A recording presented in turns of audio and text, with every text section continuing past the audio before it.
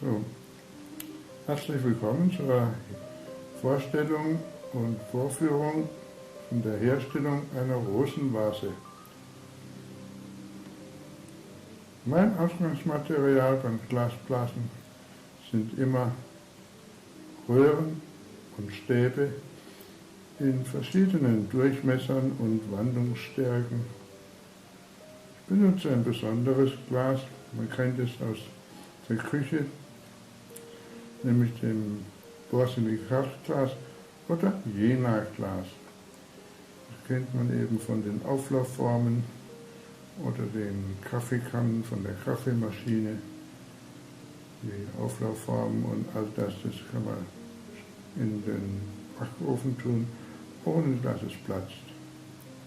Das ist also sehr, sehr hochwertiges Material und sehr stabil und feuerfest. Also hier habe ich eine etwas größere Röhre, das heißt eben schon von 1,50 Meter Länge habe ich mir eben diese Stücke runtergezogen und dann eben jetzt die Enden miteinander verschmolzen von den zwei Reststücken. So bleibt dann auch gar nichts mehr übrig von den Glasröhren. Jetzt nehme ich von dem ganzen Rohling so viel weg, wie ich brauche. Die sogenannte Spitze. Also die Spitze tut man dann einfach erwärmen und ziehen und darum heißt es Spitze ziehen. Hier wird es jetzt auseinander getrennt, noch einmal kurz angestoßen, sodass es flach ist. Dann wird es eben geöffnet. Auf der anderen Seite ist schon geöffnet. Und nochmal mit Wasser abgekühlt.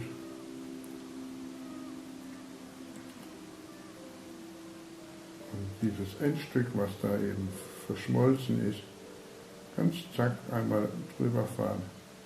Und dann ist es ab.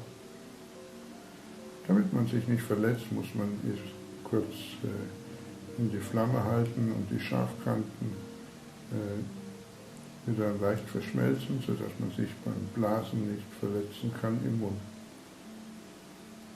Man hat also hier jetzt einen Brenner vor sich, der entwickelt Temperaturen mit Sauerstoff und Propangas. Jede Menge Sauerstoff entwickelt Temperaturen von 1800 Grad. Da das Hartglas, Borsilikatglas, Jena-Glas erst bei 1250 bis 1400 Grad schmilzt und verarbeitet wird bis zu 1800 Grad. Ich habe einen ganz hochmodernen Brenner, der ist geräuschlos und man kann ihn wunderschön einstellen, von einer nadelspitzen Flamme bis zu einer ganz großen, breiten Flamme in allen verschiedenen Temperaturen. Und aus diesem Stück Röhre wird jetzt eine Rosenvase hergestellt. Die hat 3 Teile, und zwar den Fuß, wo es drauf steht, so wie bei einem Weinglas der Boden oder der Teller unten. Dann hat es einen ganz kurzen Stiel, einen Korpus, auch kugelförmig, und einen langen Hals mit einer Windung drin von 360 Grad, also ähnlich wie bei einem Korkenzieher. Und in dem Fall wird das erste Mal dieses Stück hier ganz stark verengt und so weit, bis dass es eben schön gleichmäßig gedreht und ganz eng ineinander läuft, sodass es eben da so arg zusammenschmilzt, dass es an der Stelle dann trotzdem noch eine kleine Öffnung hat, sodass man eben aus dem rechten Stück und aus der Mitte die Vase herstellen kann. Und auf der linken Seite, das heißt also in meiner rechten Hand, wird jetzt der Fuß hergestellt. Das heißt, dass zuallererst wird eben auch wieder die Glasröhre da verengt, bis sie in der Mitte zusammenschmilzt und einen ganz kurzen Stiel gibt, aber eben fest und durch verschmolzen ist, sodass, wenn später dann Wasser in dieser Vase ist, dass es auch nicht ausläuft nach unten. Glas ist übrigens eine Flüssigkeit. Es ist kein fester Werkstoff, sondern wie Wasser auch eine Flüssigkeit.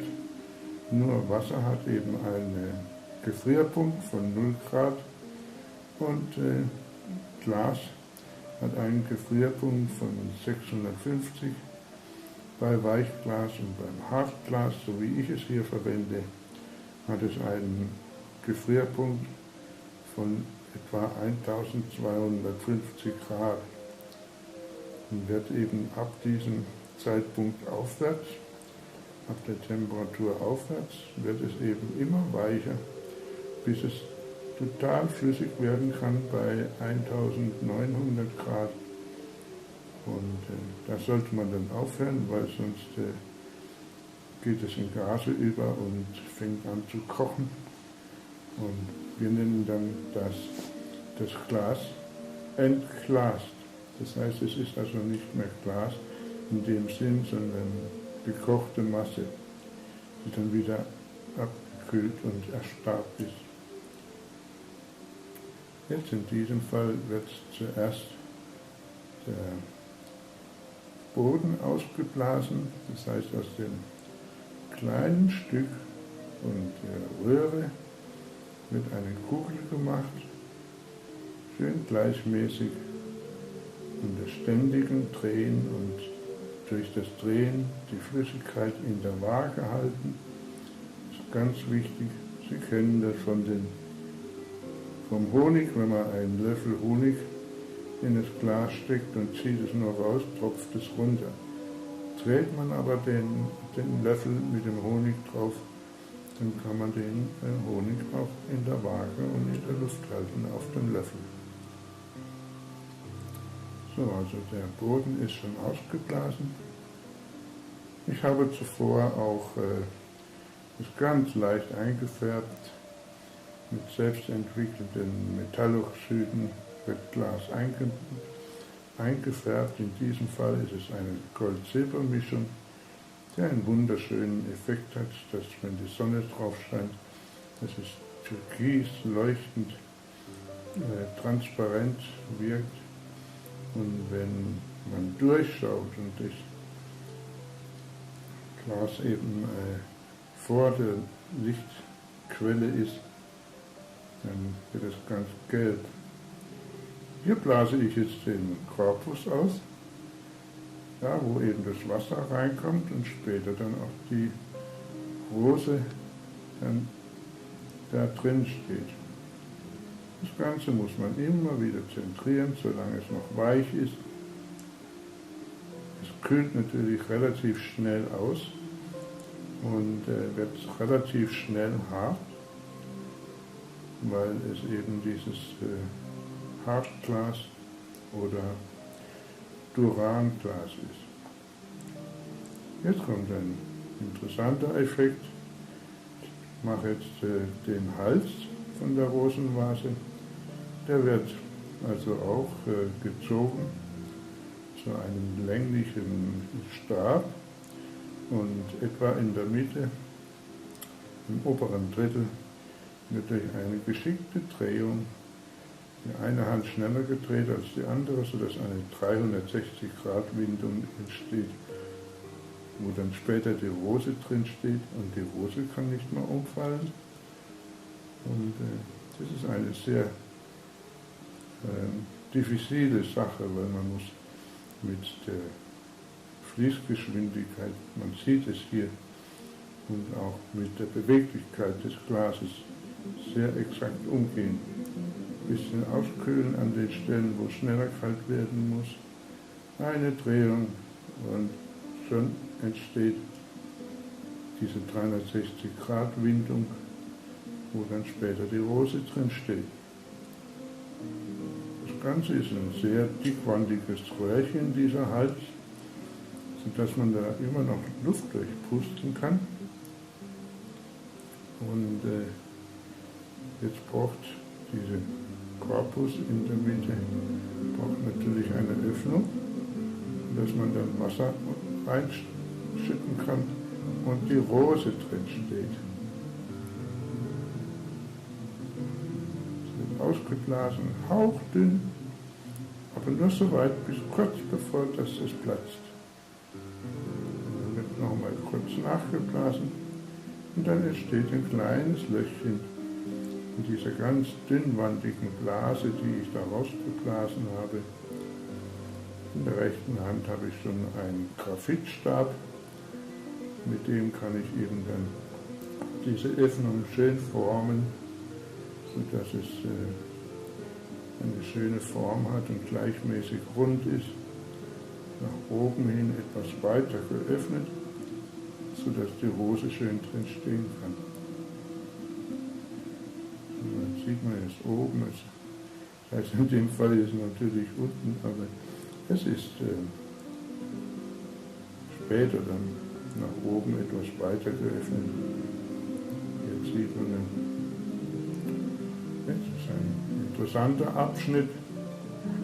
Es steht jetzt hier der Fuß, also eben der Ständer, so wie bei einem Weinglas, der Boden, wo es dann später drauf steht. Ich mache es jetzt sehr gerne dickwandig und ausreichend in der Größe, sodass es einen stabilen Halt hat, wenn man es hinstellt. In dem Fall wird wieder eine dünne Blase, hauchdünn ausgeblasen und wie mit einem Schneidbrenner wird mit einer Spitzenflamme das Stück abgetrennt, wo das Röhrchen dran ist, wo ich eingeblasen habe, und dann wird es mit mehr Hitze, breiterer Flamme. Dieser Brenner hat mehrere Steuerräder, wo man eben die Größe und die Zufuhr von Propangas und Sauerstoff steuern kann, sodass man die entsprechende Flamme hat, wie man sie braucht. Auch hier habe ich ein Werkzeug selber hergestellt. Diese Methodik habe ich selber mal entwickelt, so in den 80er Jahren, um sehr schöne, gleichmäßige Füße zu produzieren. In dem Fall wird eben die Kugel wird von außen erwärmt, sodass sie am Rand außen heißer ist als in der Mitte. Und alles, was heißer ist, wird auch viel weicher. Und durch schnelles Drehen und die Zentrifugalkraft, die da entsteht, schleudert sich ein Teller aus, der sehr exakt ist. Und auch da ist die Temperatursteuerung und die Richtung, in die ich das Stück in die Flamme halte, ganz, ganz wichtig. Und sobald es eben in einem Bruchteil von einer Sekunde hat man Zeit, um es auszuschleudern, wie jetzt hier in diesem Fall. Und da sieht man, wie der Teller nach außen sich ausgeschleudert hat. Schön gleichmäßig rund ist. Noch einmal testen, ob es schön in der Mitte ist und waagrecht steht. Und jetzt kommt ein Werkzeug, eine sogenannte Patentkluppe, mit der kann man eben dann den Fuß schön halten. Der ist einstellbar auf verschiedene Größen, muss allerdings jetzt erst erwärmt werden, damit er die ähnliche Temperatur hat wie der Fuß, da der Fuß ja noch sehr, sehr heiß ist. Ich schätze einmal, dass er eben 800 Grad hat. Und jetzt wird der obere Teil entfernt, dieses Röhrchen, und dann wird eben dieses Stück abgezogen. Und dann forme ich den Rest noch schön auch mit einer Graphitplatte. All diese Gegenstände, mit denen man formen kann, bestehen aus Graphit oder auch aus Messing, wobei bei Messing immer auch ein Trennmittel drauf muss, wie Bienenwachs. Genauso wie vorhin bei dem Haltestab, um den Fuß zu machen. So. Und das heißt also, diese Rosenvase ist in dem Fall jetzt fertig und kann ein neues Leben beginnen und viele Leute erfreuen. Es hat sich auch herausgestellt, dass die Rosen einige Tage länger halten. Man weiß nicht genau warum, aber länger als in einer normalen Vase. Hier zur Demonstration stecke ich ein Stäbchen rein, ein sehr langes, das kann also nicht runterfallen, umfallen oder heraus. Und wenn man dann, wenn es abgekühlt ist und Wasser drin ist, braucht nicht viel Wasser, dann hält die Rose dann. Das sind jetzt Aufnahmen noch von Ausstellungen, in dem Fall in Besançon. Das ist die Partnerstadt von der Stadt Freiburg. Da hatten wir eine Ausstellung über fast eine Woche. Viele, viele Kinder kamen da täglich und haben zugeschaut und gespannt zugehört und gesehen, wie Glas geblasen wird. Das ist sehr informativ, wie eben zum Beispiel dann die einzelnen Teile entstehen, wie es eingefärbt wird. Und auch hier mache ich eine Rosenvase, weil man bei so einem Objekt am meisten erkennt, was möglich ist. Das ist jetzt auf einem Weihnachtsmarkt in Ludwigsburg, den ich viele, viele Jahre bestückt habe, zuvor in Nürnberg und in Erlangen. Und so sieht dann ein dekorierter Tisch aus. Links oben sehen Sie diese Rosenvase, die sind da 3 Stück nebeneinander und sind auch schön dekoriert mit einer Rose. Die nette Dame hinten dran, die hat mir immer wieder geholfen zu verkaufen, die Julia. Und so, jetzt haben Sie gesehen, wie so eine Rosenvase entsteht. Und ich hoffe, es hat Freude gemacht.